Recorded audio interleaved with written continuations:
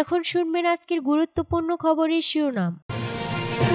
গাজার একটি বাড়িতে ইসরায়েলি বর্বর হামলায় নিহত ২৯।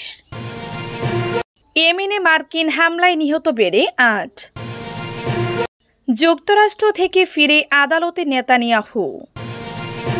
ইউক্রেনে রাশিয়ার হয়ে যুদ্ধরত ২ চীনা নাগরিক আটক, দাবি জেলেনস্কির। নাইট ক্লাবের ছাদ ধসে নিহত বেড়ে ৯৮। চুক্তি করার জন্য তারা আমার পা চুমু খাচ্ছে, বিশ্ব নেতাদের খোঁচা দিলেন ট্রাম্প। গাজার একটি বাড়িতে ইসরায়েলি বর্বর হামলায় নিহত ২৯। গাজা শহরের শেজাইয়ায় একটি বাড়িতে ইসরায়েলি বিমান হামলায় শিশুসহ কমপক্ষে ২৯ জন ফিলিস্তিনি নিহত হয়েছেন। বুধবার ৯ এপ্রিল স্থানীয় স্বাস্থ্য কর্তৃপক্ষের বরাতে রয়টার্স এ খবর জানিয়েছে। গাজা শহরের পূর্ব উপকণ্ঠে একটি বহুতল আবাসিক ভবনে হামলায় আরো কয়েক ডজন আহত হয়েছে। ধারণা করা হচ্ছে এখনো অনেকে নিখোঁজ এবং ভবনের ধ্বংসস্তূপের নিচে আটকা পড়ে আছেন। হামলায় আশেপাশের আরো বেশ কয়েকটি বাড়ি ক্ষতিগ্রস্ত হয়েছে বলেও ধারণা করা হয়েছে। তবে ইসরায়েলি সেনাবাহিনী এক বিবৃতিতে দাবি করেছে হামাসের এক জ্যেষ্ঠ সদস্যকে লক্ষ্য করে তারা হামলা চালিয়েছে, যদিও তার পরিচয় তারা প্রকাশ করেনি। গাজার স্বাস্থ্য কর্তৃপক্ষ জানিয়েছে উপত্যকার অন্যান্য অংশে পৃথক ইসরায়েলি হামলায় আরও ৯ জন ফিলিস্তিনি নিহত হয়েছে। ফলে বুধবার মৃতের সংখ্যা ৩৮ জনে দাঁড়িয়েছে। এর আগে গত সপ্তাহে ইসরায়েলি বাহিনী শেজাইয়া বাসিন্দাদের সরিয়ে নেওয়ার নির্দেশ দিয়েছিল এবং ওই অঞ্চলে হামাসের বিরুদ্ধে অভিযান চালাবে বলে দাবি করেছিল। ২ মাসের যুদ্ধবিরতির পর গত ১৮ মার্চ ইসরায়েল গাজায় আবার বোমাবর্ষণ শুরু করে এবং অঞ্চল জুড়ে সেনা পাঠায়। এরপর থেকে গত ৩ সপ্তাহে ইসরায়েলি হামলায় প্রায় ১৫০০ ফিলিস্তিনি নিহত হয়েছে। ইয়েমেনে মার্কিন হামলায় নিহত বেড়ে ৮। ইয়েমেনের হুদাইদা শহরে মঙ্গলবার ৮ এপ্রিল মার্কিন বিমান হামলায় নিহতর সংখ্যা বেড়ে ৮ জনে দাঁড়িয়েছে। এতে আহত হয়েছে আরও ১৬ জন। দেশটির সশস্ত্র সংগঠন ইহুদি নিহতর সংখ্যা নিশ্চিত করেছে। ইহুদিদের মালিকানাধীন আল মাসারাহ টিভি চ্যানেল জানায় হুদাইদার পূর্ব অংশে আমিন মুকবিলের আবাসিক এলাকা লক্ষ্য করে এই হামলা চালানো হয়। এর আগে হুদাইদা ও এর আশপাশের এলাকায় বিমান হামলায় ২ নারী এবং ৪ শিশুসহ ৬ জন নিহত হয়েছে বলে জানানো হয়েছিল। এরও আগে গত রোববার রাতে আরেক হামলায় সানা অঞ্চলে একটি বাড়িতে ৪ শিশু নিহত এবং ২৫ জন আহত হন। এই সময় আশপাশের বেশ কয়েকটি ভবনও ক্ষতিগ্রস্ত হয়। এর আগে ১৫ মার্চ থেকে প্রেসিডেন্ট ডোনাল্ড ট্রাম্পের নির্দেশে মার্কিন সামরিক বাহিনী ইহুদিদের লক্ষ্যবস্তুতে ব্যাপক হামলা শুরু করে। মার্কিন কেন্দ্রীয় কমান্ডারের মতে এর লক্ষ্যে ইসরায়েল ও আমেরিকার স্বার্থ রক্ষা করা এবং নৌ চলাচলের স্বাধীনতা নিশ্চিত করা। যুক্তরাষ্ট্র থেকে ফিরে আদালতে নেতানিয়াহু। দুর্নীতির অভিযোগের বিরুদ্ধে আন্তঃপক্ষ সমর্থনের জন্য বুধবার ৯ এপ্রিল ২২তম বারের মতো তেল আবিবের আদালতে হাজির হলেন ইসরায়েলি প্রধানমন্ত্রী বেনিয়ামিন নেতানিয়াহু। আনাদোলু এজেন্সির প্রতিবেদন অনুসারে ইসরায়েলি চ্যানেল ১২ জানিয়েছে আমেরিকা থেকে ফিরে এসে তেল আবিবের বেন গুরিয়ন বিমান অবতরণের কিছুক্ষণ পরে নেতানিয়াহু আদালতে যান। তিনি ওয়াশিংটন সফরের কারণে বিচারের অধিবেশন স্থগিতের চেষ্টা করেছিলেন, কিন্তু আদালত অনুরোধ প্রত্যাখ্যান করেছে।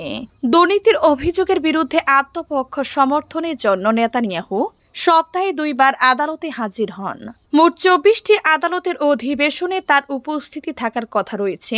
২০১৯ সালে নেতানিয়াহুর বিরুদ্ধে দায়ের করা ৩টি পৃথক দুর্নীতির মামলার মধ্যে ঘুষ, জালিয়াতি এবং বিশ্বাস ভঙ্গের অভিযোগ রয়েছে। তিনি অভিযোগগুলিকে ভুয়া বলে দাবি করেন। নেতানিয়াহুর বিচার শুরু হয়েছিল ২০২০ সালের ২৪ মে। ইসরায়েলি আইন অনুসারে সুপ্রিম কোর্ট দোষী সাব্যস্ত না হওয়া পর্যন্ত তাকে পদত্যাগ করতে হবে না। এই প্রক্রিয়ায় দীর্ঘ সময় লাগতে পারে। নেতানিয়াহু যুদ্ধাপরাধ এবং মানবতা বিরোধী অপরাধের অভিযোগেও মুখোমুখি হচ্ছেন। ইউক্রেনে রাশিয়ার হয়ে যুদ্ধরত ২ চীনা নাগরিক আটক, দাবি জেলেনস্কির। ইউক্রেনে রাশিয়ার হয়ে লড়াইরত ২ চীনা নাগরিককে আটকের দাবি করেছেন ইউক্রেনের প্রেসিডেন্ট ভলোদিমির জেলেনস্কি। এক প্রতিবেদনে রয়টার্স জানিয়েছে ইউক্রেনে রাশিয়ার হয়ে যুদ্ধে চীনা নাগরিকদের আটকের প্রথম প্রকাশ্য ঘটনা এটি। মঙ্গলবার ৮ এপ্রিল এক্স পোস্টে জেলেনস্কি বলেন, কিয়েভের কাছে তথ্য রয়েছে আর অনেক চীনা নাগরিক ইউক্রেন যুদ্ধে লড়াই করছে, তবে তারা বেইজিংয়ের নির্দেশে কাজ করছে কিনা তা নিশ্চিত করেননি তিনি আরো বলেন, এই যুদ্ধে চীনের সঙ্গে রাশিয়ার প্রত্যক্ষ বা পরোক্ষভাবে জড়িয়ে থাকার বিষয়টি স্পষ্ট ইঙ্গিত দেয় যে পুতিন যুদ্ধ শেষ না করে অন্য কিছু চান।